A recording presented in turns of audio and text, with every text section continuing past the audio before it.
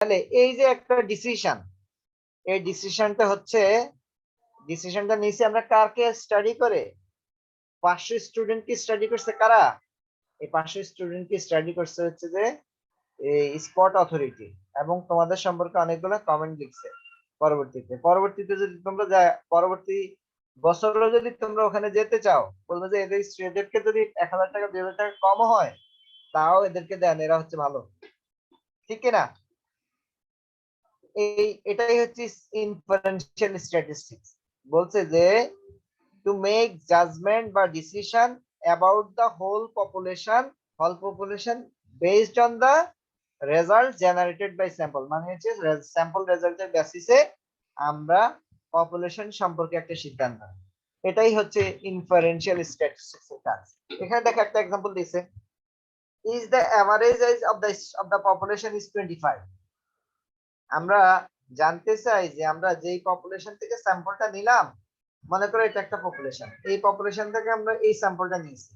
এখন এই পপুলেশনের average age 25 কিনা এটা যাচাই করতে, এটা যাচাই করা যায় স্যাম্পল স্টাডি করে। মিন বের করা থাকবে, স্ট্যান্ডার্ড ডিভিয়েশন বের করা লাগবে, এন এর মান বের করা লাগবে।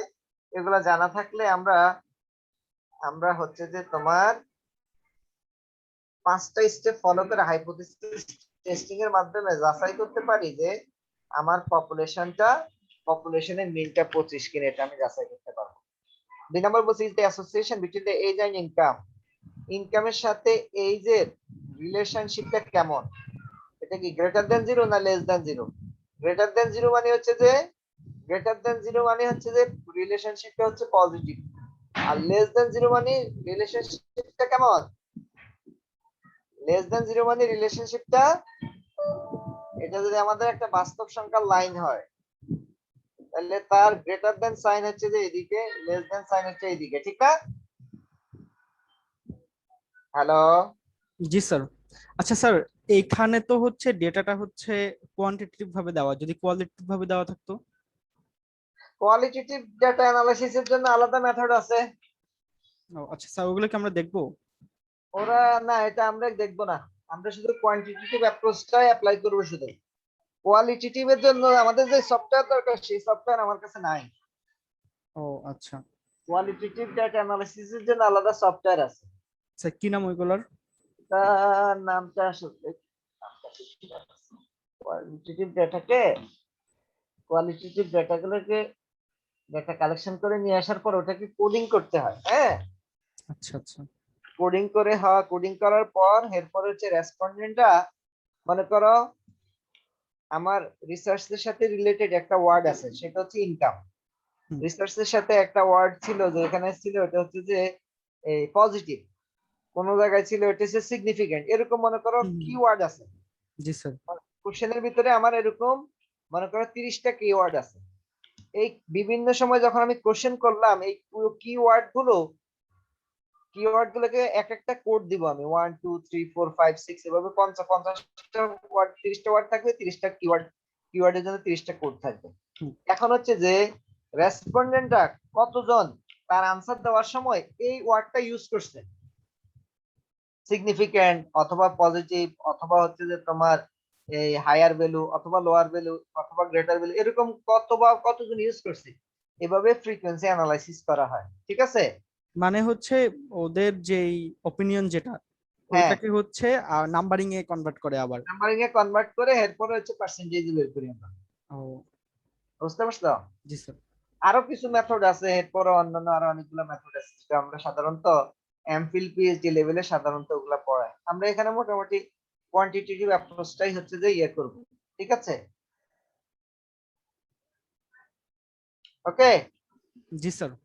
আচ্ছা, তাহলে আমরা যদি যাচাই করতে চাই যে আমরা যেই পপুলেশন থেকে স্যাম্পলটা নিলাম সেই পপুলেশনের এভারেজ এজ 25 কিনা, এটা যাচাই করতে পারবো আমরা হাইপোথিসিস টেস্টিং এর মাধ্যমে।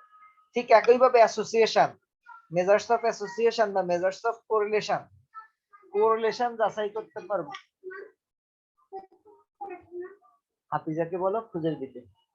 তাহলে আমাদের এই কোরিলেশনটা ধনাত্মক না কোরিলেশনটা ঋণাত্মক নাকি কোরিলেশন আদৌ নাই, সেটা আমরা যাচাই করতে পারি সেটাও আমরা হাইপোথিসিস টেস্টিং এর মাধ্যমে যাচাই করতে পারবো স্যাম্পল ডাটার বেসিসে। স্যাম্পল ডাটা হাইপোথিসিস যাচাই করবো পপুলেশনের, কিন্তু কোন ডাটাটাকে ইউটিলাইজ করে? স্যাম্পল ডাটাকে ইউটিলাইজ করে। ঠিক আছে? হ্যালো। জি স্যার। এরপরে বলছে যে are the population treatment means in an experiment equal to each other, যে অনেকগুলো আমরা এক্সপেরিমেন্ট চালাইলাম, অনেকগুলো, একটা দুইটা তিনটা চারটে এরকম অনেকগুলো এক্সপেরিমেন্ট আমরা করতে পারি।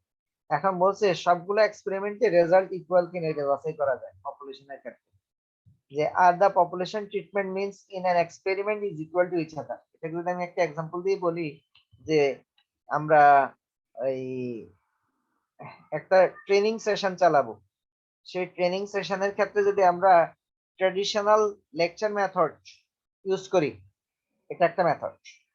আবার আরেকটা হচ্ছে যে ডিজিটাল মেথড, যেটাকে আমরা পাওয়ার পয়েন্টও থাকবে, সাউন্ড সিস্টেমও থাকবে। কেউ যদি ইচ্ছে করে আমাকে ফিডব্যাক দিতে চায়, তাহলে আমরা menti.com ইউজ করব। আমি যদি এখানে menti.com নামে একটা সফটওয়্যার আছে, ঠিক আছে, ওয়েবসাইট আছে, সেখানে যদি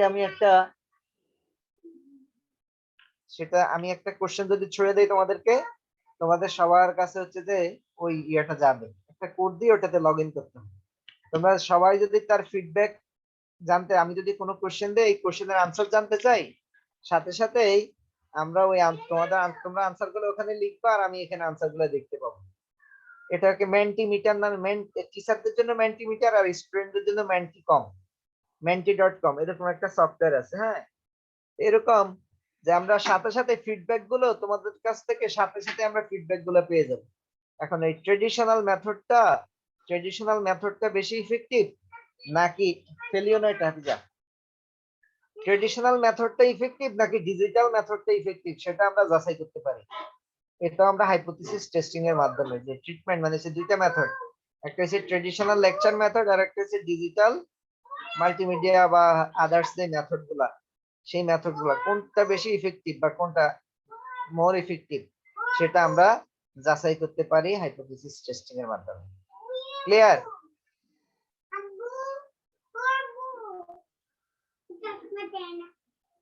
চশমা খুঁজে খুঁজে দিবে। বুঝতে পারছো তোমরা? এটা মনে করো হচ্ছে যে লেকচার মেথড, এটা হচ্ছে ডিজিটাল বা মাল্টিমিডিয়া মেথড। এখন কোনটা বেশি ইফেক্টিভ বা কোনটা ভালো, সেটা আমরা যাচাই করতে পারি। এটা আমরা হাইপোথিসিস টেস্টিং এর মাধ্যমে যাচাই করতে পারি। আর the population treatment means, treatment বলতে হচ্ছে আমরা এখানে দুইটা মেথড বলেছি, বুঝছো? ট্রিটমেন্ট বলতে আমরা দুইটা মেথড বুঝিয়েছি। ওকে, হ্যালো। দেখো, আমরা ভ্যাকসিন ভ্যাকসিন কি দিচ্ছি? সিনোভ্যাক, কোভিশিল্ড, ফাইজার, ঠিক না? হ্যালো। এই যে জি স্যার। বাংলাদেশে ভ্যাকসিন আসছে কয় ধরনের? 3 ধরনের ভ্যাকসিন আসছে অলরেডি, 4 ধরনের।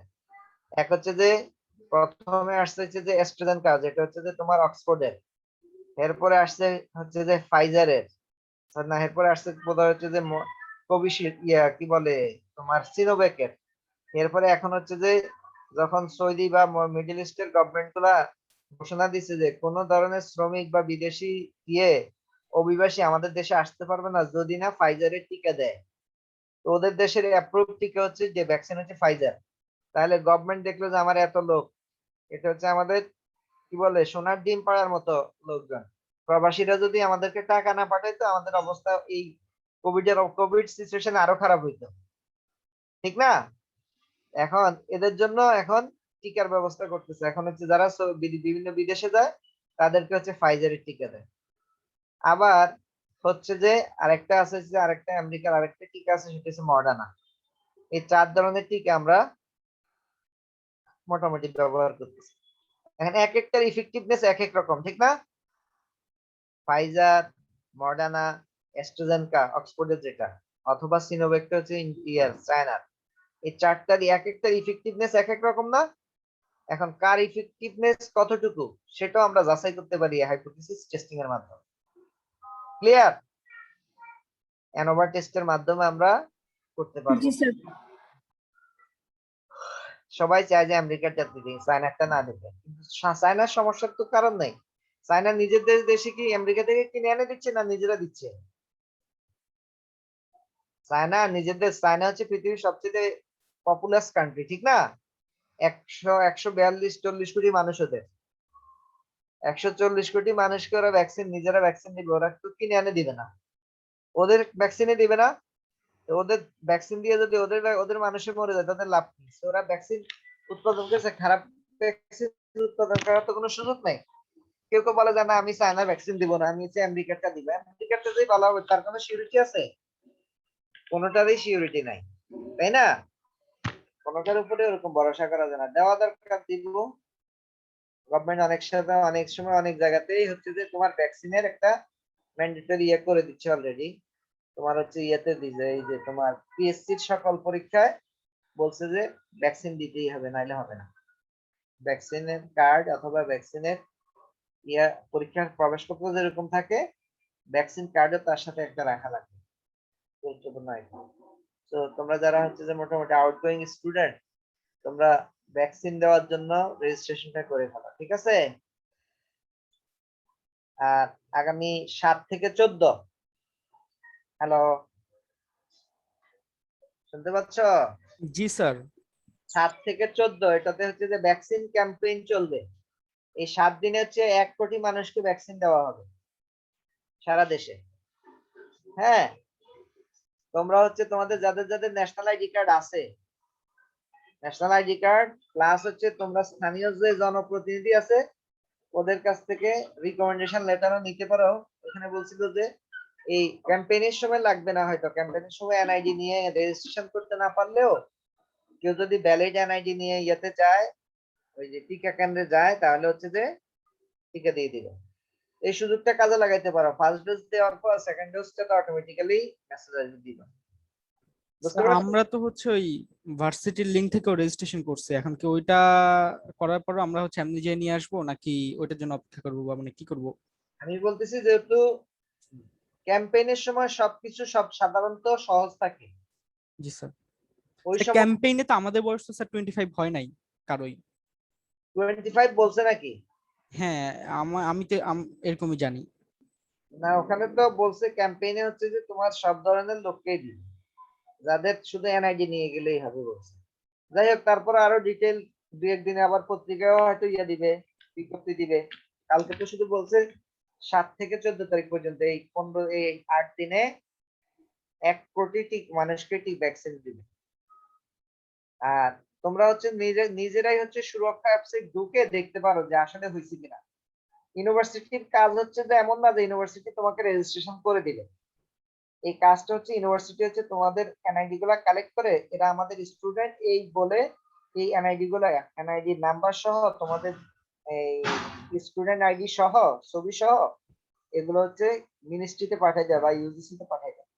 ইউজিসি হচ্ছে কি এই জিনিসগুলো হচ্ছে যখন ওই যে এই তোমার হচ্ছে যে ইয়েতে এই হেলথ মিনিস্ট্রিতে পাঠিয়ে দিবে, ডিজি হেলথে পাঠিয়ে দিবে, ওরা হচ্ছে যে তোমাদের এনআইডি গুলাকে সুরক্ষা অ্যাপসে আপলোড করে দিবে। তাহলে হচ্ছে যে সে আর তোমাকে বলবে না যে তোমার বয়স 25 হয়নি বা তোমার বয়স 40 হয়নি, সেটা আর বলবে না। এটাই হচ্ছে কথা। বুঝতে পারছো কথা? হ্যালো, জি স্যার। তখন তোমরা নিজেরাই ঢুকে ট্রাই করতে পারবা যে তুমি তুমি যখন তোমার এনআইডি দিয়ে নেক্সট স্টেপে যাবা তখনই তোমার মেসেজ আসবে। আর যদি তোমার ওটা আপলোড না হয় তখন তোমার মেসেজ আসবে, তখন ওয়ার্নিং আসবে তুমি হচ্ছে যে এলিজিবল না। আমার ওয়াইফের তো বয়স এরকম হয়নি, ওই টিকা দেওয়ার বয়স হয়নি ওভাবে।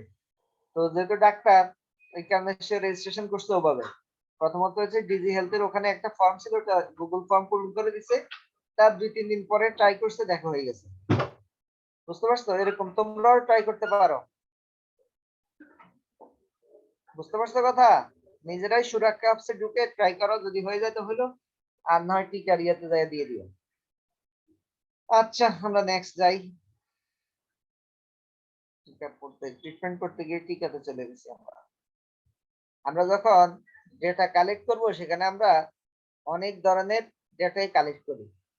এই ডেটাগুলো যখন আমরা কম্পিউটারে এসপিএসএস বা হচ্ছে স্ট্যাটা বা আর অথবা মিনিট্যাব অথবা ইবিউজ, যেই সফটওয়্যারে আমি ডেটাগুলো এন্ট্রি দিব না কেন, সেখানে ডেটা এন্ট্রি দেওয়ার সময় একটা অপশন থাকে, সেটা হচ্ছে ডেটার মেজারমেন্টটা কি, ডেটাটা কি মেজারমেন্টটা।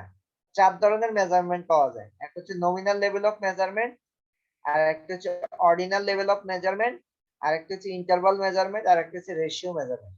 ঠিক আছে, তাহলে nominal scale, ordinal scale, interval scale, আর হচ্ছে রেশিও স্কেল। ঠিক আছে, যদি মনে করো আমি যদি জিজ্ঞেস করি হোয়াট ইজ ইউর নেম, এখন এই নেমটাকে আমার এক্সেলে বা এসপিএসএস এ যদি ডাটা ইনপুট দিতে হয় নামের ক্ষেত্রে, আমরা আমাদের টেবিলের এক্সেলে যেরকম অনেকগুলা কলাম থাকে না, কলাম কলাম থাকে, অনেকগুলা কলাম থাকে, A B C D E F G H এভাবে সামনে দিকে, ঠিক না? এই কলামগুলোতে এসপিএসএস এর একটা কলাম থাকে, লাস্টের কলামে থাকে স্কেল, মানে হচ্ছে মেজারমেন্ট স্কেলটা কি হবে। যদি আমার নাম হোয়াট ইজ ইউর নেম, এই কোশ্চেনটা ইনপুট, এই কোশ্চেনের ভ্যালু আমি ইনপুট দিতে চাই, এই ক্ষেত্রে আমি স্কেলটা দিব হচ্ছে নমিনাল। কারণ হচ্ছে নাম মানুষের কি জন্য ইউজ হয়, জাস্ট ফর আইডেন্টিফিকেশন। আর কোন নাম দিয়ে কোনো কাজ হয়, আর নাম দিয়ে আর কোনো কিছু হয় না। নাম হচ্ছে যে জাস্ট ফর আইডেন্টিফিকেশন, আইডেন্টিফিকেশন ছাড়া আর কোনো কাজে লাগে না। অথবা ক্যাটাগরিক্যাল ভেরিয়েবল, ক্যাটাগরিক্যাল ভেরিয়েবল গুলোকেও যদি আমি ইনপুট দিতে চাই, সেগুলো হচ্ছে নমিনাল হবে। আমি বললাম what is your place of residence, তুমি কোথায় বাস করো, একজন বললো আমি ধানমন্ডিতে বাস করি, একজন বললো আমি গুলশানে বাস করি, একজন বলছে উত্তরা বাস করি, একজন বলছে আমি আজিমপুরে বাস করি, আরেকজন বলছে যে তোমার আমি বনশ্রীতে বাস করি, আরেকজন বলছে যে তোমার বাড়িদারে বাস করি, বসুন্ধরায় বাস করি। এখানে এই বাস করা এটা শুধু আইডেন্টিফিকেশন, বা সে কোন জায়গায় বাস করে সেই ইয়া ছাড়া আর কোনো কাজে লাগে? এটা জাস্ট কতগুলো ক্যাটাগরি, আর কিছু না, সে কোন এরিয়াতে বাস করে এতটুকুই শুধু, এটা দিয়ে আর অন্য কোনো কাজে লাগে না। ঠিক আছে, শুধুমাত্র লেবেলিং এর কাজে লাগে। ক্লিয়ার কিনা? আর মনে করো এই যে তোমাদের যে আইডি, তোমাদের যে স্টুডেন্ট আইডি, এই আইডিটা কি কাজে লাগে? তোমাদেরকে ট্রেস আউট করা, তুমি কোন ব্যাচে, কোন ক্লাসে, কোন প্রোগ্রামে, কোন ইয়ারে ভর্তি হয়েছো, ঠিক না? হ্যালো, তোমার আইডির ভিতরে তুমি কোন সালে ভর্তি হয়েছো, কোন সেমিস্টারে ভর্তি হয়েছো, কোন ডিপার্টমেন্টে ভর্তি হয়েছো, তুমি কততম স্টুডেন্ট ওই ওই ইয়ারের ওই সেমিস্টারের ভর্তি হয়েছো, তো বুঝছো কতদিন পরে তুমি ভর্তি হয়েছো, এক ফার্স্ট স্টুডেন্ট তুমি, না লাস্ট স্টুডেন্ট, না মাঝের স্টুডেন্ট। তার মানে এই আইডিটা দিয়ে আমরা অনেক কিছু আইডেন্টিফাই করতে পারি না? তোমার আইডিটা দিয়ে আমরা অনেক কিছুই ট্রেস আউট করতে পারি, ঠিক না? জি স্যার। তাহলে এই আইডি হচ্ছে যে যদি আইডি গুলোকে আমি ইনপুট দিতে চাই টেবিলে অথবা সফটওয়্যারে, সেই ক্ষেত্রে আমার nominal level of measurement use করতে হবে। এবার আসো ordinal level of measurement. Ordinal level of measurement আমি যদি বলি তুমি কোন ক্লাসে পড়ো, which class do you read in, তুমি কোন ক্লাসে পড়ো? কেউ যদি বলে আমি এসএসসি তে পড়ি, কেউ যদি বলে আমি 9 এ পড়ি, কেউ যদি বলে আমি অনার্সে পড়ি, কেউ যদি বলে মাস্টার্সে পড়ি, তাহলে মাস্টার্স কে আগে বুঝাবে না পরে বুঝাবে? Masters highest level of education না lowest level of education? Masters highest. Highest level. Higher level of education, highest নাই বললাম। আবার এসএসসি এইচএসসি যদি মনে করো সার্টিফিকেট কি বলে সেন্ট্রাল এক্সামের বেসিসে যদি বলি, তাহলে হচ্ছে এসএসসি থেকে আমরা মূলত ইয়া ধরি, তাই না? হুম। তবে বিদেশে বা বাহিরে পড়তে গেলে এসএসসি ইন্টার কোনো সার্টিফিকেটে লাগে না, শুধু অনার্স সার্টিফিকেট লাগে। অনার্সে তার রেজাল্টটা কি, টোফেল বা জিমেট দিয়ে ইত্তেফাক স্কোর কি, then you can admit anywhere in the university of abroad.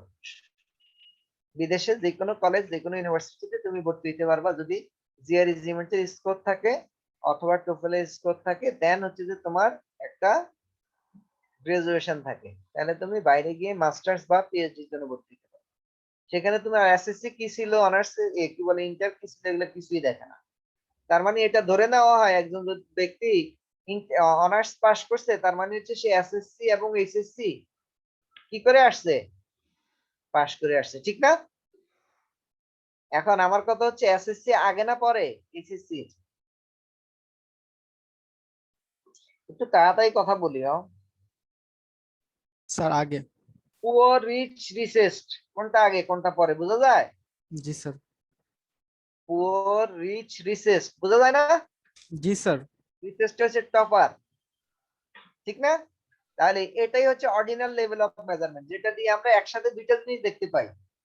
একসাথে সাথে রিচ একটা গ্রুপ অফ পিপল, আবার তার পজিশনটা কোন জায়গায় সেটাও আমি বুঝি, আপার মিডল ক্লাস বা আপার ক্লাস। পুয়ার একটা গ্রুপ অফ পিপল, এটা কি সবচেয়ে লোয়েস্ট ক্যাটাগরি পিপল, ঠিক না?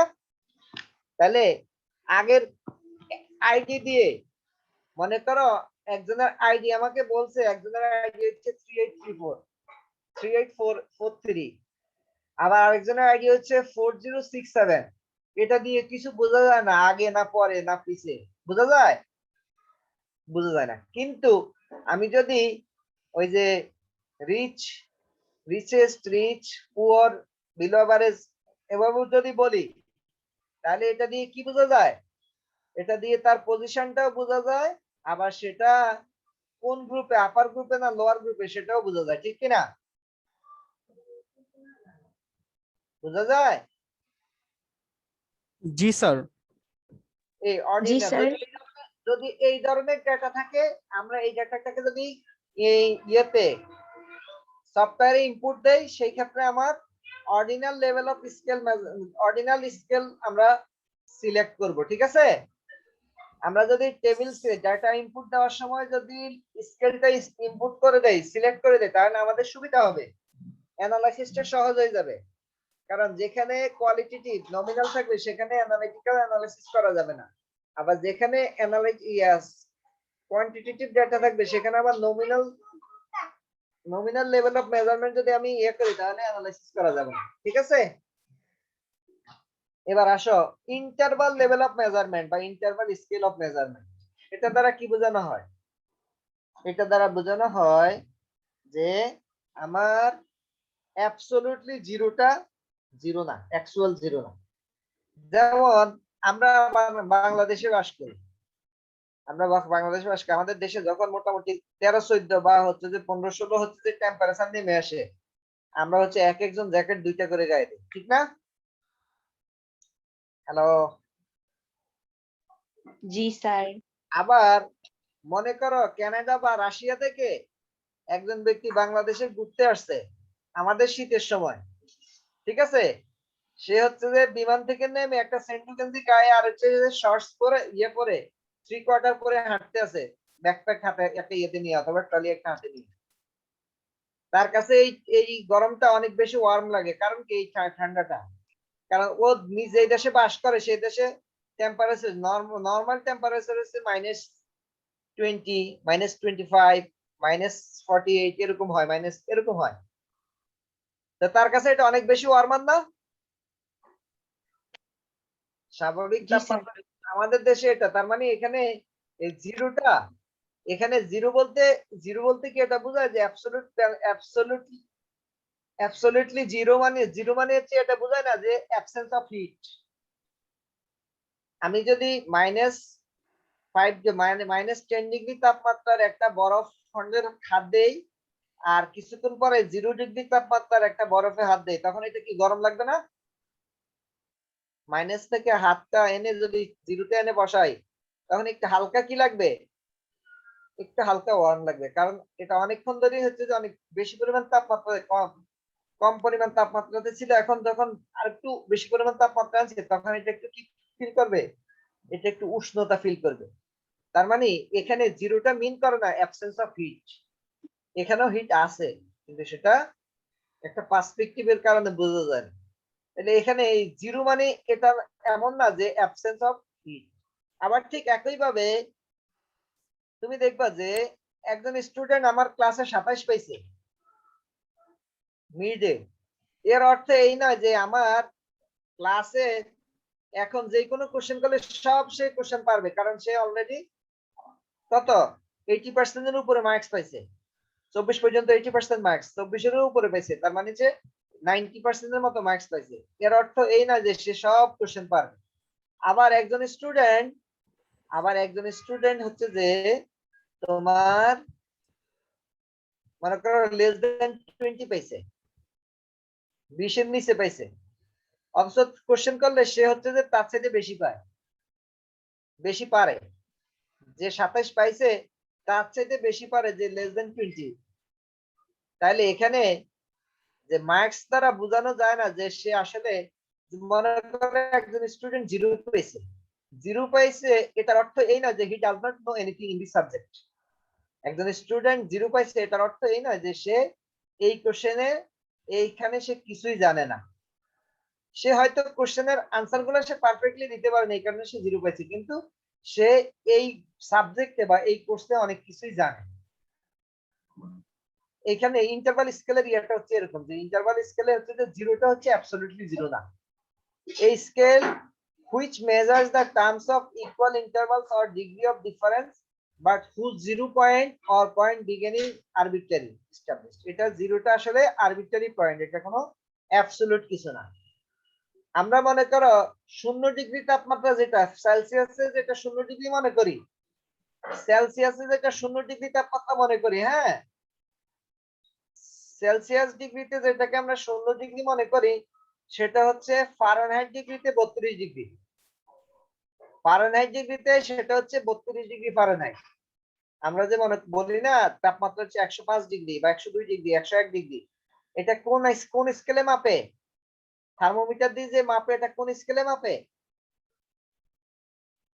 ফারেনহাইটে। ফারেনহাইট। ফারেনহাইট। হ্যাঁ, ফারেনহাইটে।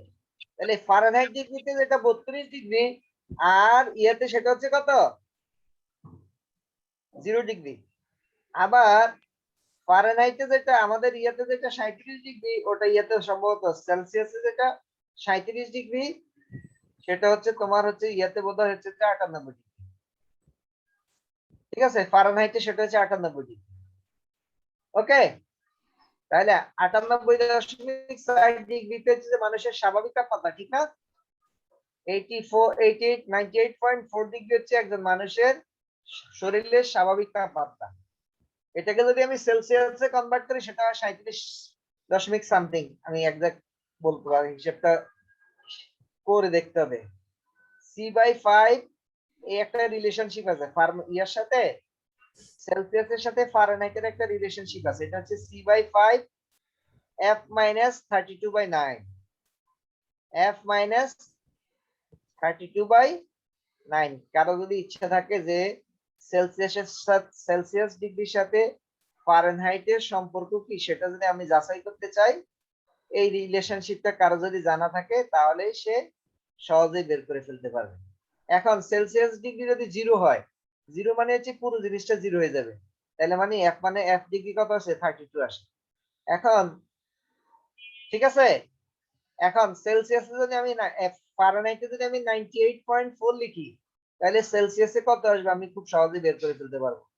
তো তোমার যে কোনো সেলসিয়াস জানা থাকলে ফারেনহাইট বের করা যাবে, ফারেনহাইট জানা থাকলে সেলসিয়াস বের করা যাবে। আমার কথা হচ্ছে যে আমি, আমার আপাত দৃষ্টিতে মনে হচ্ছে সেলসিয়াস মানে 0 ডিগ্রি, মানে তো কোনো তাপমাত্রায় থাকার কথা না, কিন্তু সেটা যদি আমি ফারেনহাইট স্কেলে থার্মোমিটার বসাই দেই, সেখানে কত ডিগ্রি দেখাচ্ছে? 32 ডিগ্রি। তার মানে এই শূন্যটা কি শূন্য না? অ্যাবসলিউটলি শূন্য না, এই শূন্যটা হচ্ছে আরবিট্রারিলি শূন্য। ক্লিয়ার? ক্লিয়ার কিনা? জি স্যার। এবার সর্বশেষ রেশিও স্কেল। রেশিও স্কেলে হচ্ছে যে 0টা হচ্ছে অ্যাবসলিউটলি 0। আমি বললাম যে একজন মানুষের ইনকাম হচ্ছে 0, তার মানে সে আজকে কাজে যায়নি, তার আজকে কোনো ইনকামই নাই। রিকশাওয়ালা যদি গাড়ি নিয়ে রিকশা নিয়ে বাইরে না যায়, তার ইনকাম হবে? একজন যারা কায়িক পরিশ্রম করে ইনকাম করে, তারা যদি পরিশ্রম করতে বাইরে না যায়, মাঠে না যায়, ঘাটে না যায়, রিকশা নিয়ে না বের হয়, সিজি নিয়ে না বের হয়, তাহলে তার ইনকাম হবে? সেক্ষেত্রে তার ইনকামটা হচ্ছে 0। ঠিক আছে, তাহলে এই scale which measures in terms of equal interval and absolute 0 point, এখানে 0 মানে হচ্ছে যে absolutely 0। ঠিক আছে, জিরো মানে হচ্ছে অ্যাবসলিউটলি জিরো, ইনকাম জিরো মানে তার কোনো ইনকামই নাই, হাইট জিরো মানে তার কোনো এক্সিস্টেন্সই নাই, ওয়েট এই জিরো মানে হচ্ছে সে এখনো জন্মগ্রহণই করেনি, ঠিক না?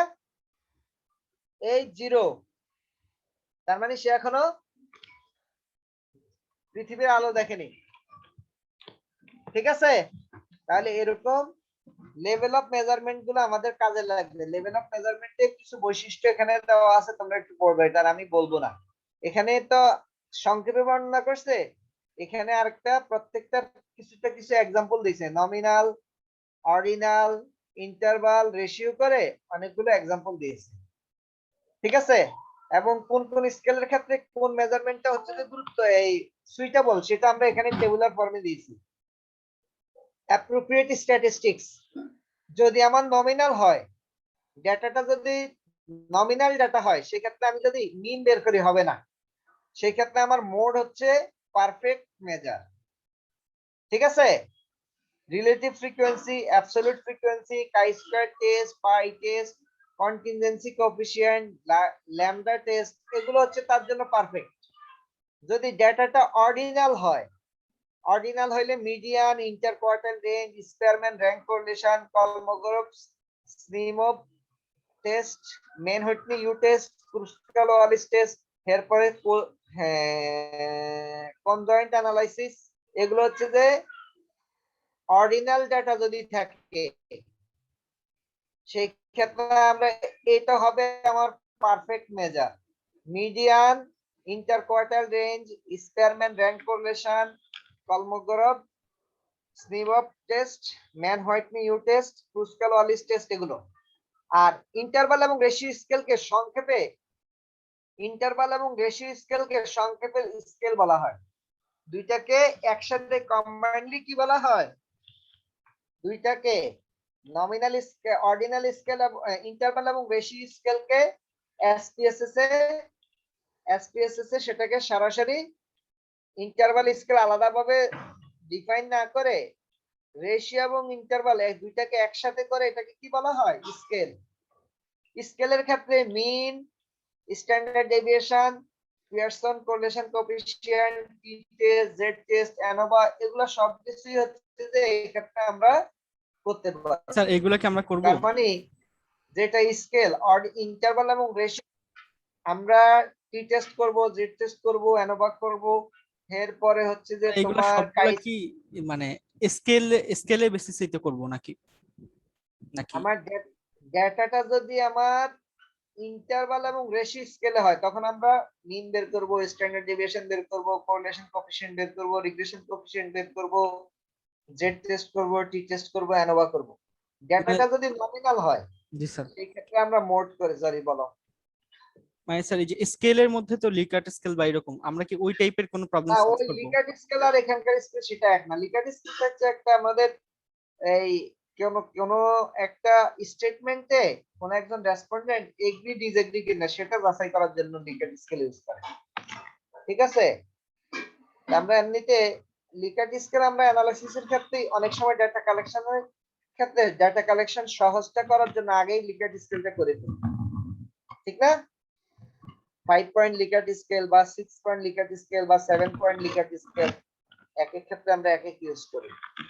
আমাদের ডেটাটা যদি, আমার মূল কথা হচ্ছে ডেটাটা যদি ভেরিয়েবলটা যদি আমার কন্টিনিউয়াস হয়, ভেরিয়েবলটা যদি ইন্টারভাল স্কেলে হয়, ইন্টারভাল লেভেল অফ মেজারমেন্ট হয়, অথবা রেশিও স্কেল অফ মেজারমেন্ট হয়, তাহলে আমরা যেই পদ্ধতিতে অ্যানালাইসিস করব, সেই ক্ষেত্রে আমরা মিডিয়ান বের করব না, মোড বের করব না, সেই ক্ষেত্রে আমরা মিন বের করব, স্ট্যান্ডার্ড ডেভিয়েশন বের করব, কোরিলেশন কোএফিসিয়েন্ট বের করব, রিগ্রেশন কোএফিসিয়েন্ট বের করব।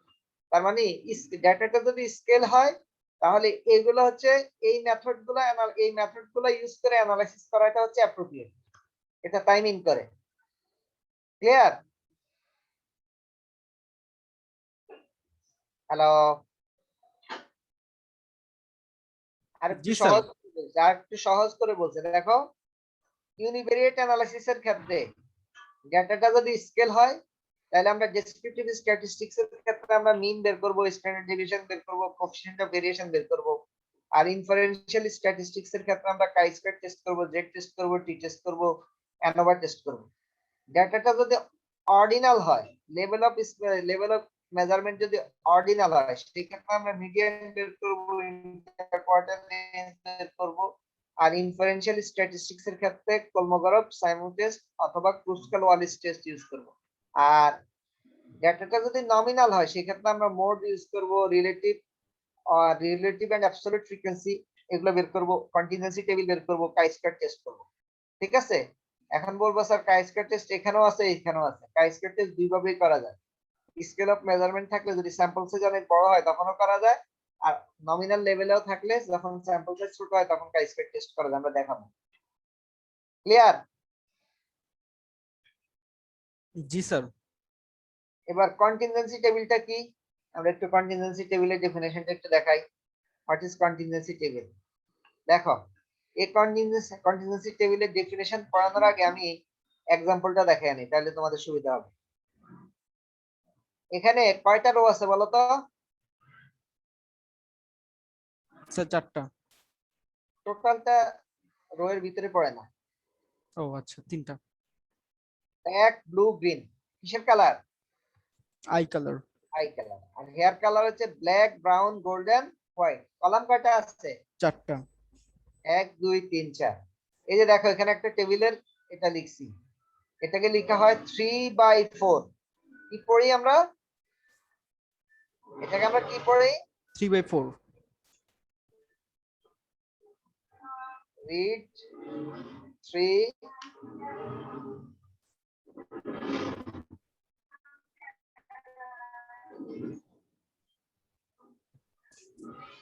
এভাবে পড়বো, 3 বাই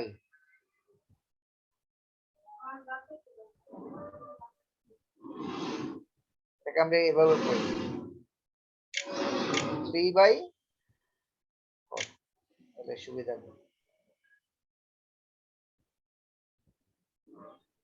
এটাকে এই 3 গুণন 4, এটাকে আমরা কি পড়বো? 3/4 টেবিল। তাহলে এখানে 3টা লেভেল আছে, রোতে কলাম আছে কয়টা লেভেল? 4টা লেভেল। তাহলে মনে করো আমরা 50 জন লোককে জিজ্ঞেস করছিলাম যে, জিজ্ঞেস করার দরকার নেই, এটা তো দেখেই বোঝা যায় আপনার হেয়ার কালার কি, আই কালার কি। এরকম 50 জন লোকের ডাটা কালেকশন করে নিয়ে আসলাম। ডাটা কালেকশন করে নিয়ে আসার পর এরপরে এটাকে আমরা টেবুলেট করছি। তাহলে আমাদের হেয়ার কালারের লেভেল কয়টা ছিল? 4টা। একটা হচ্ছে ব্ল্যাক, ব্রাউন, গোল্ডেন, হোয়াইট। আর আই কালারের লেভেল কয়টা ছিল? 3টা, black, blue, green.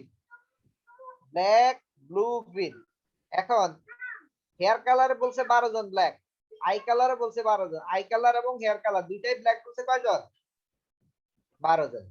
Hair colour বলছে হচ্ছে যে তোমার ব্রাউন, আই কালার বলছে ব্ল্যাক, কতজন? শুনতে পাচ্ছ? জি স্যার। কতজন বলছে? জি hair sir. Colour brown, eye colour black, কতজন? 7 জন। 7 জন। এভাবে আমরা ডাটাটা কালেক্ট, ডাটা কিভাবে কালেক্ট করছি আমরা দেখাবো। জাস্ট এটা একটা এক্সাম্পল দিলাম। তাহলে এখানে হেয়ার কালারকে কখনো পরিমাপ করা যায়? এটা কি কোয়ালিটেটিভ না কোয়ান্টিটেটিভ সেটা বলো, ভেরিয়েবলটা। হেয়ার কালারটা স্যার কালারটা তো qualitative. Qualitative, I colour qualitative. Qualitative. তাহলে এখানে কয়টা লেভেল আছে? এখানে 4টা লেভেল আছে, এখানে 3টা লেভেল আছে। এবার আমরা দেখো এক্সাম্পলের ডেফিনেশনে যাই। A contingency table is a two-way table which is useful tools for examining the relationship between categorical variables. বলছে কন্টিনজেন্সি টেবিলটা হচ্ছে এমন একটা ইউজফুল টুলস যেটা হচ্ছে দুইটা ক্যাটাগরিক্যাল ভেরিয়েবলের মাঝে সম্পর্ক আছে কিনা সেটা বের করতে, সেটা যাচাই করতে ব্যবহার করা হয়। ক্লিয়ার? হ্যালো? জি স্যার। আচ্ছা, তাহলে এখন বলছে এই যে নিচের ডেফিনিশনটা দেখো। A two-way classified data is called contingency table. Two-way classified dataকে টেবিলকে contingency table বলা হবে যদি at least one of the variable is qualitative. আমাদের এখানে দেখো দুইটা ভেরিয়েবলই কোয়ালিটেটিভ, হেয়ার কালারটাও কোয়ালিটেটিভ, আই কালারটাও কোয়ালিটেটিভ। বলছে কমপক্ষে যদি একটা ভেরিয়েবল কোয়ালিটেটিভ হয় তখন এই টেবিলটাকে আমরা কি বলবো? Contingency table. কন্টিনজেন্সি টেবিলের আরেকটা নাম হচ্ছে কোরিলেশন টেবিল, অথবা কেউ কেউ এটাকে ফ্রিকোয়েন্সি টেবিলও বলে। ক্লিয়ার? হ্যালো। জি স্যার। কন্টিনজেন্সি টেবিল, তার মানে এই কন্টিনজেন্সি টেবিলটা কি কাজে ইউজ হয়? For examining the relationship between categorical variables. ক্যাটাগরিগুলোর মাঝে রিলেশনশিপ আছে কিনা। একজন ব্যক্তির আই কালার তোমার যদি ব্ল্যাক হয়, হেয়ার কালার কি ব্ল্যাক হইতেই হবে এমন কোনো কথা আছে? সেটা যাচাই করবো যে হেয়ার কালার এবং হেয়ার কালারের উপর আই কালার অথবা আই কালারের উপর হেয়ার কালার এটা ডিপেন্ড করে কিনা, সেটা আমরা যাচাই করতে পারি কিসের মাধ্যমে? কন্টিনজেন্সি টেবিল ইউজ করে কাই স্কয়ার টেস্টের মাধ্যমে। তাহলে এই যে কলাম আছে এই প্রত্যেকটাকে বলা হয় এন্ট্রি। এই যে black, hair colour black, eye কালারও ব্ল্যাক, এই যে 12 এটাকে বলে, এটা একটা সেল। এই সেলের ভ্যালুটাকে বলা হয় এক একটা এন্ট্রি। এটা একটা এন্ট্রি, এটা একটা এন্ট্রি, এটা একটা এন্ট্রি। বুঝছো কিনা?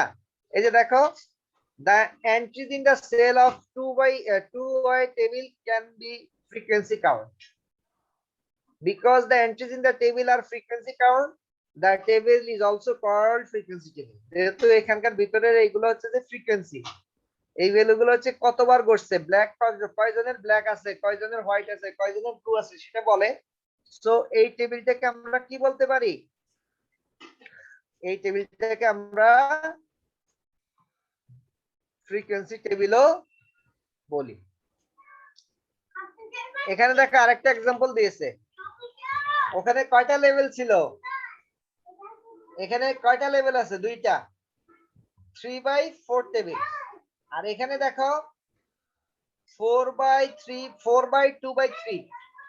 এখন এটা আমরা কিভাবে করলাম?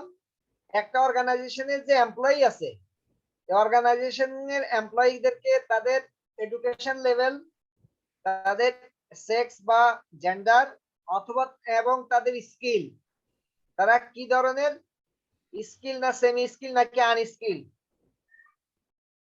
স্কিল, সেমি স্কিল, আনস্কিল এভাবে ভাগ করছি। তাহলে প্রথমত level of education, SSC, HSC, honours, masters, ঠিক আছে। আর জেন্ডার বা সেক্স, এটা কত, মেল বা ফিমেল, এমপ্লয়ীদের জেন্ডার। এরপরে তার হচ্ছে যে কি, এরপরের ক্যাটাগরিটা কি আছে? প্রত্যেকটা ক্যাটাগরিকে আবার তিনটা ভাগে ভাগ করছি, একটা হচ্ছে স্কিল, আরেকটা হচ্ছে সেমি স্কিল, আরেকটা হচ্ছে আনস্কিল। ঠিক একই ভাবে ফিমেলকে স্কিল, সেমি স্কিল, আনস্কিল ভাগ করছি। তখন এই যে টেবিলটা, এটা কত বাই কত টেবিল? এটা হচ্ছে 4/2/3। প্রথম হচ্ছে রো আসে, তারপরে কলামের লেভেল গুলো আসবে। তাহলে রো কয়টা আছে? কয়টা রো? স্যার 4টা। 4টা রো এর হচ্ছে যে 4টা লেভেল আছে, ঠিক না? জি স্যার। আর প্রথম কলামের ক্ষেত্রে প্রথম কয়টা লেভেল আছে? প্রথমে কয়টা লেভেল আছে? দুইটা স্যার। দুইটা, মেল ফিমেল। এরপরে প্রত্যেকটা মেল আবার কয়টা লেভেল আছে? তিনটা স্যার। তিনটা। প্রত্যেকটা তিনটা, ফিমেল আবার কয়টা? তিনটা। তাহলে তিনটা। এই টেবিলটাকে বলা হয়, 4/2/3। 4/2/3 কন্টিনজেন্সি টেবিল। ক্লিয়ার?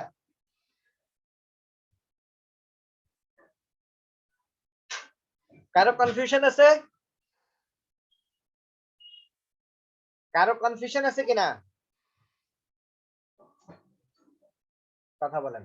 তোমরা কথা বলতে না এত স্যার, না স্যার। এই তো কেন বুঝলাম না, কথা বলতে এত দেরি হয় কেন? আমি যদি এখন এই না স্যার। টপিকের বাইরে কথা একটু জাস্ট একটু না দিয়ে দেই, মনে হচ্ছে পুরো পুকুরে যে মাছটা না দিয়ে ওইরকম ফুটে শুরু করে। আর পড়াশোনার কথা বললে সবাই মামস লওয়ার্ড, কেউ কোনো কথা বলে না।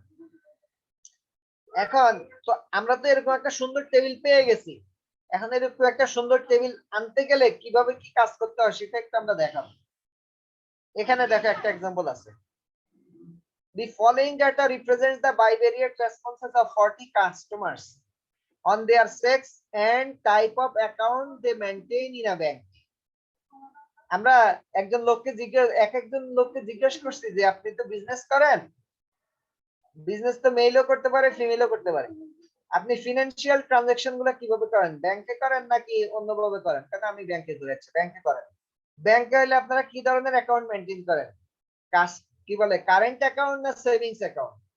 কারেন্ট অ্যাকাউন্ট যে বলছে তার জন্য সি লিখছি, যে সেভিংস অ্যাকাউন্ট বলছে তার জন্য এস লিখছি। আর মেইলের জন্য হচ্ছে এম, ফিমেলের জন্য হচ্ছে এফ। এরকম 40 জন লোককে আমি জিজ্ঞেস করছিলাম যে আপনার ব্যাংক অ্যাকাউন্ট আছে কি না। ব্যাংক অ্যাকাউন্ট থাকলে আপনার ব্যাংক অ্যাকাউন্টটা কি কারেন্ট অ্যাকাউন্ট না সেভিংস অ্যাকাউন্ট? ক্লিয়ার? তাহলে আমরা জি কি স্যার। ধরনের ডেটা পাইলাম দেখো, এখানে 40টা ডেটা পাইছি, 40টা ডেটা পাইছি। এই এখানে আছে হচ্ছে যে 10টা, এখানে আছে 10টা, এখানে আছে 4 10 40। তাহলে প্রথম ব্যক্তিকে জিজ্ঞেস করছি, যেই ব্যক্তিকে জিজ্ঞেস করছি তার জেন্ডার ছিল কি মেল, এবং সে যে অ্যাকাউন্টটা মেনটেন করে সেই অ্যাকাউন্টটা কি অ্যাকাউন্ট? Current account. দ্বিতীয় যে ব্যক্তিকে জিজ্ঞেস করছি সেই ব্যক্তিটাও পুরুষ ছিল, এবং সেই বিজনেসম্যান যে অ্যাকাউন্টটা মেনটেন করে সেটা হচ্ছে কারেন্ট অ্যাকাউন্ট। এর থার্ড ব্যক্তি যাকে জিজ্ঞেস করছিলাম সেই ব্যক্তিটা হচ্ছে যে ফিমেল, এবং সেই ফিমেল ব্যক্তি যে অ্যাকাউন্টটা মেনটেন করে ব্যাংকে সেটা হচ্ছে সেভিংস অ্যাকাউন্ট। তাহলে এটা একটা ডেটা দেওয়া আছে র ফর্মে। এই র ফর্মের ডেটাটাকে আমরা বাইভেরিয়েট বা কন্টিনজেন্সি টেবিলে কনভার্ট করব। দেখো ভেরিয়েবল দুইটা, একটা হচ্ছে মেয়ে সেক্স, আর একটা হচ্ছে যে টাইপ অফ অ্যাকাউন্ট। দুইটাই কি কোয়ালিটেটিভ না? দুইটাই কি কোয়ালিটেটিভ কিনা? জি স্যার। জি দুইটাই স্যার। কোয়ালিটেটিভ। তাহলে মনে করো savings account, current account, male, female, আর আছে কিছু? আর নাই।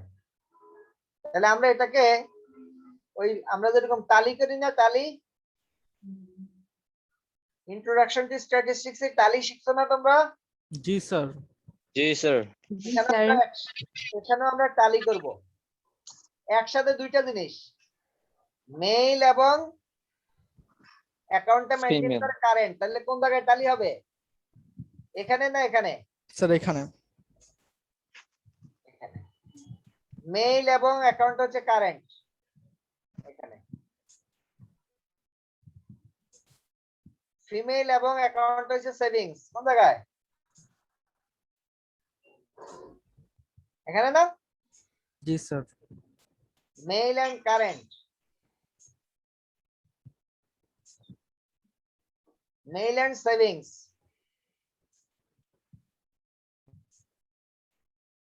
ফিমেল এন্ড কারেন্ট, ফিমেল এবং current, male and savings, female and current, male and savings, female and current. কত হলো? স্যার সব মিলিয়ে? এটা তো শুধুমাত্র এটা করলাম। এখন যদি আমরা এটা করি sir female female saving. Female and savings, তাহলে এখানে female and current,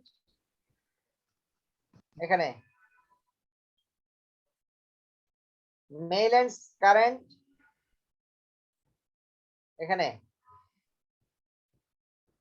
mail and savings, এখানে।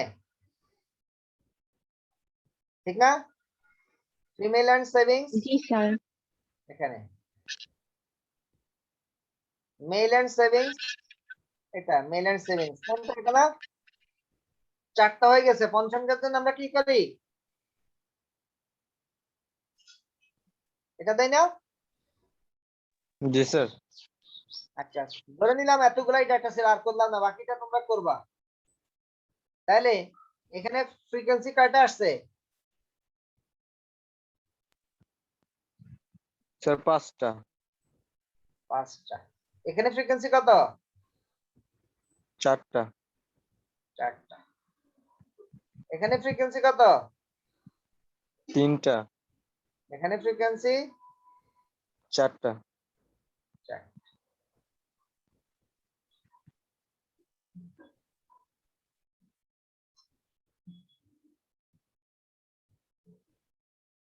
টোটাল টোটাল কত হয় বলো তো?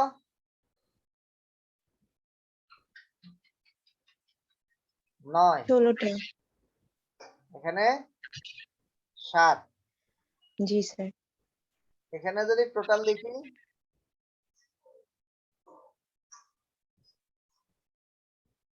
কত আসবে? 8, আর এখানেও 8 আসে। ঠিক আছে, এখানে দেখো 9 আর 7 কত হয়? নিচে 9 আর 7 কত হয়? 16। 16। 8 আর 8 16। এই যে 9 এবং 7 এগুলোকে বলা হয় মার্জিনাল টোটাল। কি বলে? Marginal total. মার্জিনাল, প্রান্তিক।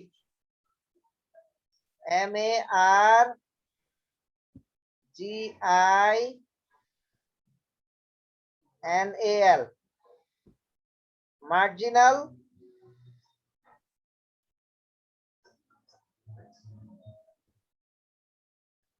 ক্লিয়ার? ক্লিয়ার? জি স্যার। এগুলাকেও বলা হয় মার্জিনাল টোটাল। আর এই টোটাল গুলাকে যোগ করলে যেটা পাওয়া যায় সেটা হচ্ছে কত পাইছি? 16। দেখো, এটা যোগ করলে 16 পাওয়া যাবে, এটা যোগ করলে 16 পাওয়া যাবে। এটাকে বলা হয় grand total. Grand.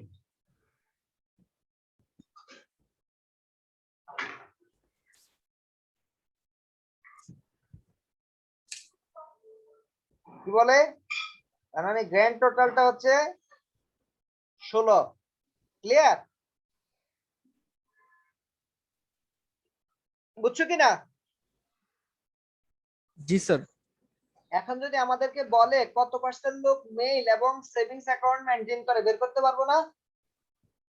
5 divided by 16 into 100 বের হয়ে যাবে না? 5 ডিভাইডেড বাই 16 ইনটু 100 বের হবে? জি। তাহলে আমরা খুব সহজেই এই প্রত্যেকটার আলাদা আলাদা করে পার্সেন্টেজ বের করতে পারবো যে মেল এবং মেলদের ভিতরে কত পার্সেন্ট লোক সেভিংস অ্যাকাউন্ট মেইনটেইন করে, ফিমেলদের ভিতরে কত পার্সেন্ট লোক সেভিংস অ্যাকাউন্ট মেইনটেইন করে, মেলদের ভিতরে কত লোক কারেন্ট অ্যাকাউন্ট মেইনটেইন করে, ফিমেলদের ভিতরে কত লোক কারেন্ট অ্যাকাউন্ট মেইনটেইন করে। বের করতে পারবো না? এগুলো আমাদের অনেক সময় কাজে লাগে। ঠিক আছে, এই রো টোটাল, এগুলো হচ্ছে কি রো টোটাল, এগুলো হচ্ছে রো টোটাল, এগুলো হচ্ছে কলাম টোটাল। এটা হচ্ছে যে মার্জিনাল টোটাল, এটাকে আমরা মার্জিনাল টোটাল বলি। ক্লিয়ার? এরকম টেবিল কনস্ট্রাকশন অনেক সময় কাজে লাগে। এসপিএসএস এ যদি তুমি দাও, কমান্ড দাও ক্রস ট্যাব, ভেরিয়েবল তো থাকবে সেক্স এবং টাইপ অফ অ্যাকাউন্ট, শুধু ক্রস ট্যাব লিখে টাইপ অফ অ্যাকাউন্ট এবং সেক্স এই দুটো ইন্ডিকেট করে এন্টার সাপ্লাই আমার এরকম একটা সুন্দর টেবিল দিয়ে দিবে। পার্সেন্টেজ চাইলে পার্সেন্টেজ দিয়ে দেবে, কলাম পার্সেন্টেজ চাইলে কলাম পার্সেন্টেজ দিবে, রো পার্সেন্টেজ চাইলে রো পার্সেন্টেজ দিবে, গ্র্যান্ড ওভারঅল পার্সেন্টেজ চাইলে ওভারঅল পার্সেন্টেজ দিবে। যেভাবে চাইবো, যেভাবে আমি ম্যানিপুলেট করতে চাইবো সেভাবেই করা সম্ভব। তাহলে এই যে টেবিলটা পাইলাম, এই টেবিলটার নাম কি? Contingency table. Clear? Contingency table কিসের? Sex and type of account. contingency table of sex and type of account. Clear? এটার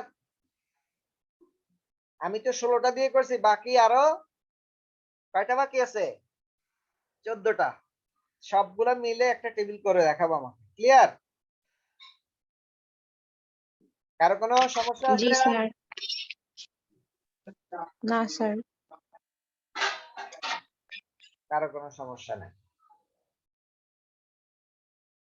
মনে করো আমরা ডেটা কালেকশন করে নিয়ে আসছি, ডেটা কালেকশন করে নিয়ে আসার পর কিছু সামারি রেজাল্ট বের করছি, যেমন a district is divided into 2 areas. একটা ডিস্ট্রিক্টকে দুইটা ভাগে ভাগ করা হয়েছে। ঠিক আছে, কিভাবে? একটা হচ্ছে আরবান আর একটা হচ্ছে রুরাল। সেই ডিস্ট্রিক্টের টোটাল পপুলেশন হচ্ছে 2,71,076 জন। 2,71,076 জন। and out of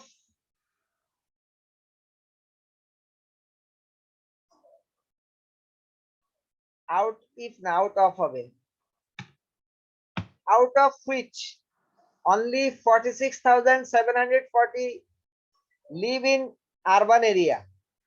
এই 2,71,076 জন মানুষের মধ্যে 46,740 জন লোক আরবান এরিয়াতে বাস করে। তাহলে রুরাল এরিয়াতে বাস করে কতজন? আর আমার বলার দরকার আছে? না স্যার। এখান থেকে এটা বিয়োগ করলে তো রুরাল বের হয়ে যাবে, ঠিক না? 2,71,076 থেকে 46,740 বিয়োগ করলে যা হবে সেটা কি রুরালে বাস করে, এরকম হবে না? জি স্যার। আচ্ছা, total mail population of the area, total mail population হচ্ছে কত? 1,39,699 জন। 1,39,699 জন হচ্ছে কি মেল পপুলেশন। তাহলে ফিমেল পপুলেশন কত হবে? 2,71,076 জন থেকে বিয়োগ করলে হবে না?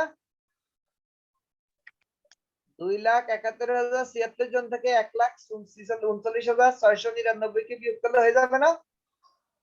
জি স্যার। এখন এই 1,39,000-এর ভিতরে আরবান এরিয়াতে বাস করে পুরুষ লোকদের ভিতরে, পুরুষ লোক টোটাল হচ্ছে 1,39,000, এর ভিতরে 23,083 জন লোক বাস করেছে আরবান এরিয়া। বাকিরা কোথায় বাস করে? রুরালে। ক্লিয়ার? Hello, clear sir. জি স্যার। এরপরে বলছে total unmarried population in the district, total unmarried population in the district 1,12,352, 1,12,352 জন লোক হচ্ছে আনমেরিড। আউট অফ হুইচ 37,866 জন হচ্ছে ফিমেল। আনমেরিড পিপলদের মধ্যে থেকে 37,864 জন হচ্ছে ফিমেল পিপল। ক্লিয়ার? হ্যাঁ। এখন বলছে in the urban area unmarried people, urban area unmarried people আবার হচ্ছে 21,072 জন। এই 21,072 জনের ভিতরে 12,149 জন হচ্ছে যে মেল। এখন এই ডেটাগুলো দিয়ে, এই যে তথ্যগুলো আছে, এই তথ্যগুলো দিয়ে তোমরা, এই তথ্যগুলি দিয়ে তোমরা একটা কি করবা? এই তথ্যগুলি দিয়ে তোমরা একটা টেবিল বানাবা। ক্লিয়ার?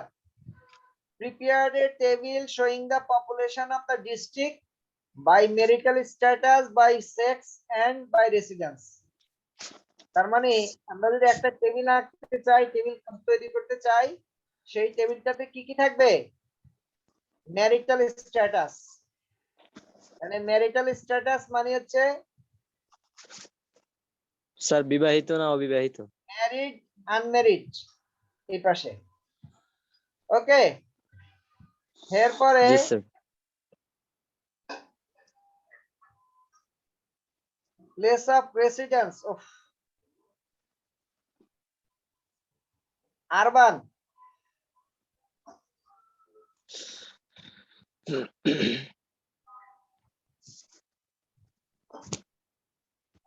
আরবান আর হচ্ছে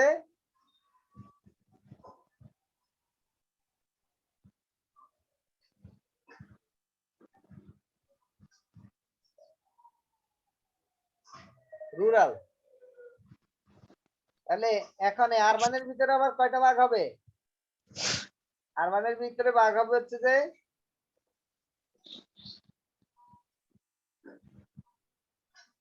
মেল,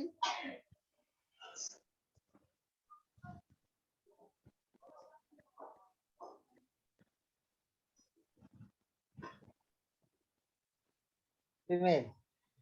এখানে আবার হবে মেল ফিমেল।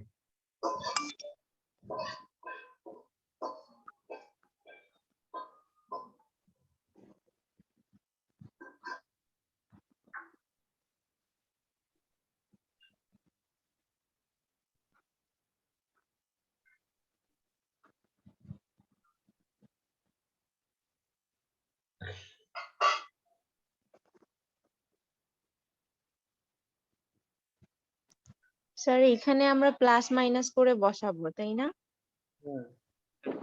করে এটাকে একটা সুন্দর টেবিলের ফর্মে রূপ দেবা। Okay sir. ক্লিয়ার? ওকে, জি স্যার। জি। এটা হচ্ছে হোমওয়ার্ক, মুছে দিলাম। Okay sir.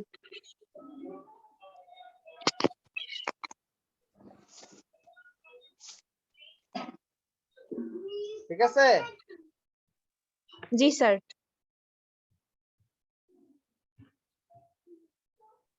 স্যার আজকে ছুটি দিয়ে দেন না। কিসের ছুটি? স্যার ক্লাসের ছুটি। তাহলে ছুটি স্যার দিলাম, বাকিগুলো আমরা করে দিতে পারবো আপনাকে। যেগুলো তোমরা করে দিতে পারবা সেটার বিশ্বাস তো আমার আছে। বল খেলবা? আমি তো বল খেলতে পারি না। আমি তো পড়তেছি, পড়াই তারপরে করবো। এই যে দেখো, এগুলো হোমওয়ার্ক দিচ্ছি, তারপরে শেষ করব। Monthly income of 10 persons working in a firms. Monthly income দেওয়া আছে ওয়ার্কারদের। এখন বলছে find the average monthly income. বের করতে পারবে না? জি এভারেজ স্যার। বের করতে পারো? Find the standard deviation. মিনের ফর্মুলা কি হবে? এটা summation of x divided by n। করতে পারবে না? সবগুলোকে যোগ করে যতটা যোগ করলো তত দিয়ে ভাগ দিবা। পারবা? জি sir. Standard deviation s equal to root over of summation of x minus x bar whole square ভাগ n minus 1। করতে পারবে না? প্রত্যেকটা ভ্যালু থেকে এক নম্বরে যে এভারেজ পাবো সেই এভারেজ বিয়োগ করবা, বিয়োগ করে বিয়োগফলটাকে স্কয়ার করবা, এরপরে প্রত্যেকটা স্কয়ারের যোগফল বের করবা, বার করে এরপরে n দিয়ে ভাগ দিবা। ঠিক আছে? n minus 1 দিয়ে ভাগ করবা। স্ক্রিনশট নিয়ে রাখো ফর্মুলার, তাহলে মনে থাকবে। ক্লিয়ার? হ্যালো, মুছে দিব? জি স্যার। জি স্যার মুছে দেন। এরপরে এই ফান্ডামেন্টালস রুলস গুলো মনে রাখিও, কাজে লাগবে। For any symmetrical distribution the following relationship holds good. মানে হচ্ছে আমরা যদি স্ট্যান্ডার্ড ডেভিয়েশন বের করি, স্ট্যান্ডার্ড ডেভিয়েশন যদি জানা থাকে কোন একটা ডেটা, আর মিন যদি জানা থাকে, তাহলে আমরা ওটার একটা রেঞ্জ বের করতে পারবো, যে রেঞ্জের ভিতরে 68% ডাটা অবস্থান করবে। আবার সেটা আমরা দেখাবো। যদি আমরা মিন বের করি, মিনের সাথে দুটি স্ট্যান্ডার্ড ডেভিয়েশন যোগ বিয়োগ করি, তাহলে সেই মাঝখানে হচ্ছে 95% ডাটা অবস্থান করবে। আর মিনের সাথে যদি 3 স্ট্যান্ডার্ড ডেভিয়েশন যোগ বিয়োগ করি, তাহলে 99% ডাটা অবস্থান করবে। আমরা এটা একটা অঙ্ক করে দেখাবো। এখানে একটা অঙ্ক দেওয়া আছে, দেখো। একটা অঙ্ক দেখে বুঝতে পারবা যে এটা কেন আমরা এটা বলছি। You are in charge of rationing in a division affected by food shortage. মনে করো তুমি একটা জেলার ডিসি, নিজেকে একটা জেলার ডিসি মনে করো। ওই জেলায় খাবারের সংকট দেখা দিয়েছে, ঠিক আছে? এখন তোমার কাছে রিপোর্ট আছে যে তোমার কাছে রিপোর্ট আছে এরকম, the following reports arrive from local investigators, মানে চেয়ারম্যান মেম্বার ওরা তোমার কাছে রিপোর্ট দিয়েছে, ঠিক আছে, অথবা উপজেলার ইউনো তোমাকে রিপোর্ট দিয়েছে, ঠিক আছে, দা যে তোমার জেলাটাকে তুমি দুইটা ভাগে ভাগ করছো, একটা হচ্ছে এরিয়া এ আর একটা হচ্ছে এরিয়া বি। শুনতে পাচ্ছ? হ্যালো, শুনতে পাচ্ছ কিনা? জি স্যার, শুনতে পাচ্ছি।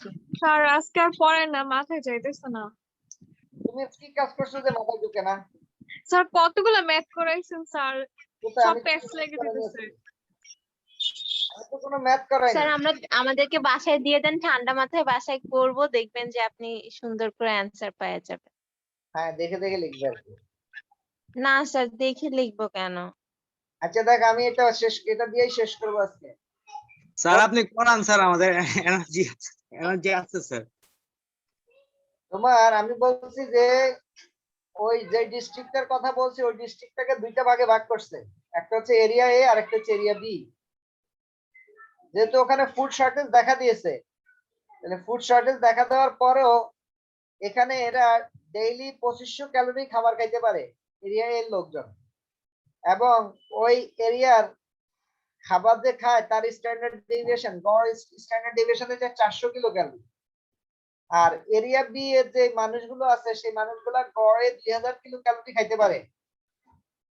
কত ক্যালোরি? 2000 কিলো ক্যালোরি খাইতে পারে, এবং তার স্ট্যান্ডার্ড ডেভিয়েশনটা জি স্যার 2000 ক্যালোরি। এখন বলছে the estimated requirements for an adult is taken at 2800 kilo calorie. একজন অ্যাডাল্ট পিপলের ডেইলি খাবারের প্রয়োজন হয় 2800 কিলো ক্যালোরি, ঠিক আছে? স্বাভাবিক একজন লোকের 2800 কিলো ক্যালোরি খাবারের প্রয়োজন হয়, এবং মিনিমাম অ্যাবসলিউট মিনিমাম রিকোয়ারমেন্ট হচ্ছে 1350 কিলো ক্যালোরি। এর নিচে খাইলে হচ্ছে তুমি আস্তে আস্তে চিকন হওয়া শুরু করবা, ঠিক আছে? হ্যালো, জি স্যার, শুনতেছি। যদি একজন স্বাভাবিক মানুষের ডেইলি 2800 কিলো ক্যালোরি খাবারের প্রয়োজন, কোনো কারণে যদি মিনিমাম দরকার হচ্ছে যে 1350 কিলো ক্যালোরি, এখন এই 1350 কিলো ক্যালোরির কম যদি একজন মানুষ খাবার খায়, দেখবা যে আফ্রিকা ইয়েমেনের লোকজনের বাচ্চাগুলোকে হসপিটালে যে দেখা যায় যে শুধু হাড্ডিটা আছে, চামড়ার ভিতরে কোনো কি নাই, মাংস নাই। দেখা ছবিগুলা, ওখানে গত অনেক বছর ধরে যুদ্ধ হচ্ছে, জি স্যার, জি স্যার। কাজ করতে পারে না, খাবার পায় না। হসপিটালে রোগীগুলা দেখা যায় যে ওদের হাড় আছে কিন্তু ইয়ে নাই, হাড় বাঁকা হয়ে গেছে খাদ্যের অভাবে। এরকম একজন মানুষের ন্যূনতম খাবারের একটা কি আছে, থ্রেশহোল্ড আছে। থ্রেশহোল্ডটা হচ্ছে কমপক্ষে 1350 কিলো ক্যালোরি খাইতেই হবে তাকে, নাহলে তার স্বাস্থ্য ভেঙে পড়বে। আর যদি স্বাভাবিক খায় তাহলে 2800 কিলো ক্যালোরি খাইলেই হবে, এর বেশি না খাইলে হবে। এর বেশি খাইলে সে আস্তে আস্তে ওবেসিটির দিকে যাবে, মোটা হয়ে যাবে। এখন তোমার কাছে ডেটা আছে কেউ 2500 কিলো, গড়ে এরিয়া এর লোকজন গড়ে 2500 কিলো ক্যালোরি খাইতে পারে, এবং তার স্ট্যান্ডার্ড ডেভিয়েশনটা হচ্ছে 400। এরিয়া বি এর লোকজন হচ্ছে যে 2000 কিলো ক্যালোরি খাইতে পারে, এবং তার স্ট্যান্ডার্ড ডেভিয়েশনটা হচ্ছে 200। এখন বলছে যে comment on your reported figure, যে রিপোর্টেড ফিগার গুলো আমাদের কাছে পাঠানো হয়েছে, এই ফিগারের বেসিসে আমাকে সিদ্ধান্ত নিতে হবে কোন জায়গায় খাবার পাঠানো এখন খুবই আর্জেন্ট দরকার। বলছে comment on the reported figure and determine which area in your opinion need more urgent attention. এই দুইটা এরিয়ার মাঝে, এরিয়া এ এবং এরিয়া বি, এই দুইটা এরিয়ার মাঝে কোন এরিয়াতে তোমার খাবার জরুরি ভিত্তিতে খাবার পাঠানো প্রয়োজন। ক্লিয়ার? ক্লিয়ার বলতে হচ্ছে কোশ্চেন বুঝাটা ক্লিয়ার কিনা সেটা বলছি।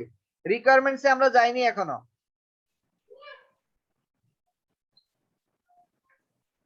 কোশ্চেন বুঝছো কিনা?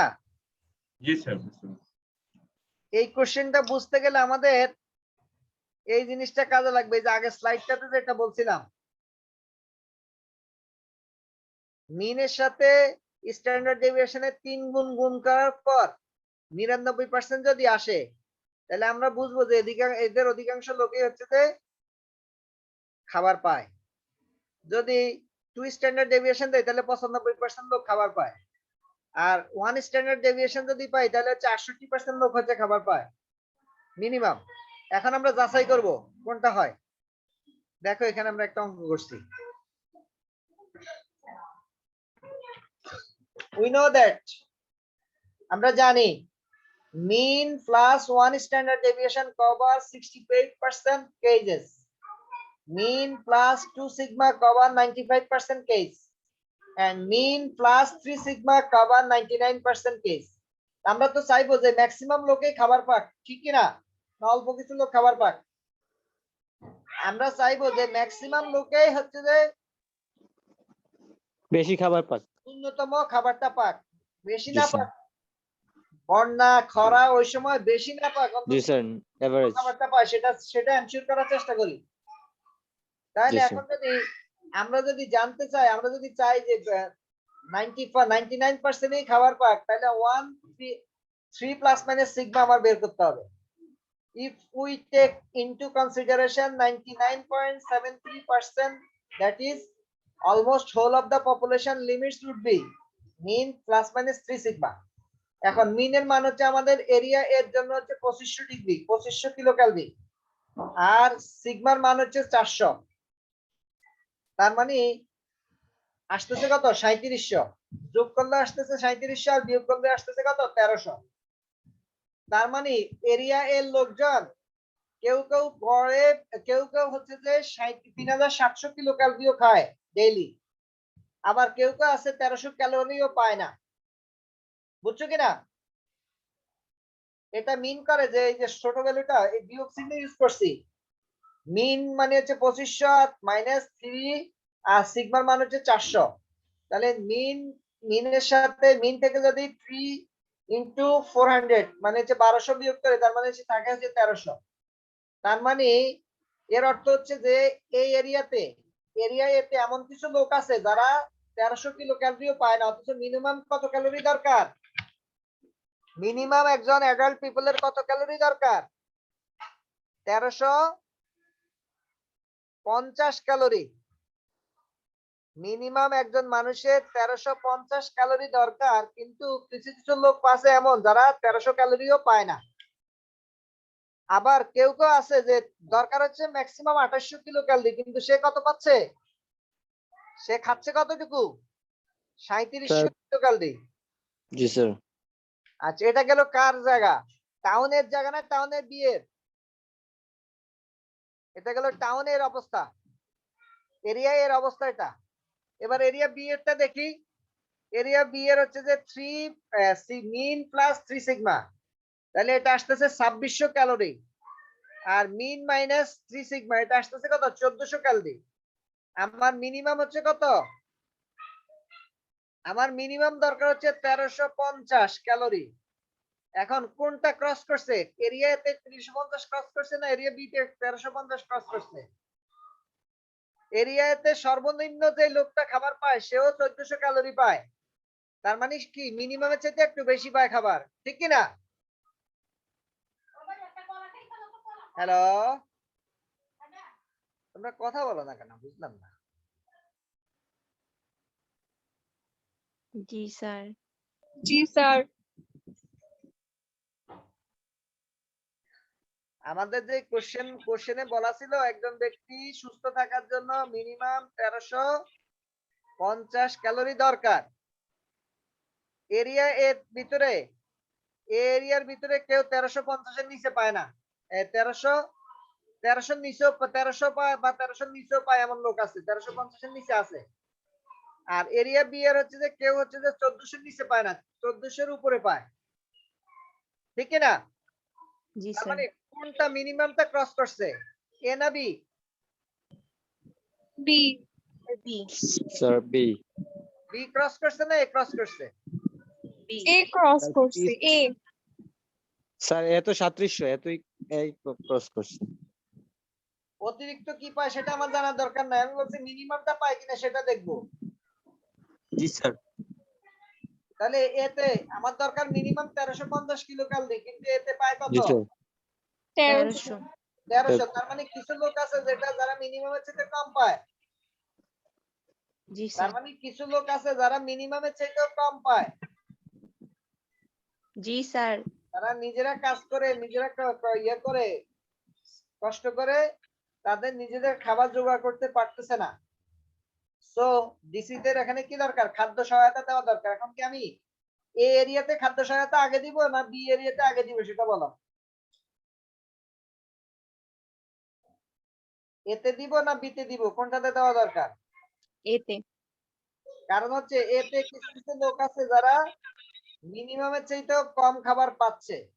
সো আমি বিতে যদি নাও দেই কোনো সমস্যা নাই, বি এরা মিনিমাম খাবারটা জোগাড় করতে সক্ষম, কিন্তু এর লোকগুলা মিনিমাম খাবার জোগাড় করতে সক্ষম না। সো আমার এতে খাবার পাঠাইতে হবে। এই যে এখানে কমেন্ট লিখছে, ডান পাশে দেখো কমেন্ট, ডান পাশে কমেন্টটা দেখো। It is clear from the above that in area A there are some person who are getting 1300 calories, that is below the minimum. Which is the minimum? এটা হচ্ছে আমার মিনিমামের চাইতেও কম। মিনিমাম হচ্ছে 1350, এটা হচ্ছে 1300টা হচ্ছে মিনিমামের চাইতেও ছোট।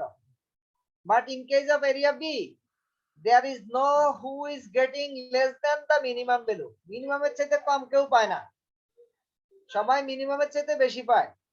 সো ডিসি সাহেবকে এ এরিয়াতে নজর দিতে হবে না বি এরিয়াতে নজর দিতে হবে? So hence area needs more urgent attention. তার মানে ডিসি সাহেবকে অ্যাটেনশন দিতে হবে এ এরিয়াতে বি এরিয়াতে নয়। ক্লিয়ার? জি স্যার। জি স্যার। এই অঙ্কটা তোমরা করবা ক্লাসে। হ্যাঁ স্যার স্যার করবো। আপনি এখানে আমরা যে ধরলাম স্যার